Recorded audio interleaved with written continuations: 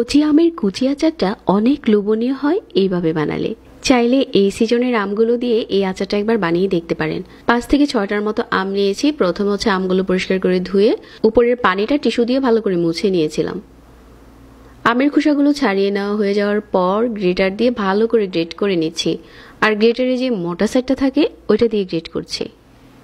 Great করা হয়ে গেলে হচ্ছে একটা প্যানে নিয়ে নিচ্ছি। আর এখন এখানে দিয়ে দিচ্ছি 1 কাপ চিনি। আজকের এই আচারটা তেল ছাড়া বানাবো। 1 কাপ চিনির সাথে দিয়ে দিচ্ছি 2 টেবিল চামচ সিরকা। এখন হচ্ছে এই প্যানটাকে চুলাতে বসিয়ে দিলাম। আর এখানে হচ্ছে অল্প একটু 5 ফোড়ন নিয়েছি, এই 1 চা চামচের মতো হবে, আর শুকনো মরিচ দিয়ে টেলে নিচ্ছি। আচারের প্যানটাতে দিয়ে দিচ্ছি 1/4 চা চামচ করে গুঁড়া মশলা, মরিচের গুঁড়া আর হচ্ছে হলুদের গুঁড়া, স্বাদ মতো লবণ দিয়েছি। আর বেশ কিছুক্ষণ অল্প আঁচে জাল করে নিয়েছি। এখন দিয়ে দিলাম আধা ভাঙা করে নেওয়া 5 ফোড়নটা, আর পরে দিয়েছি বিট লবণ। ভালো করে কিছুক্ষণ টানিয়ে নিয়েছি। চাইলে এরকম জুসি জুসি রাখতে পারেন, আবার চাইলে আরও একটু টানিয়ে নিতে পারেন। এই আচারটা যদি কাচের বয়মে ভরে রেখে দেন, রোদের ঝামেলা ছাড়া এটা 1 বছর ভালো থাকবে।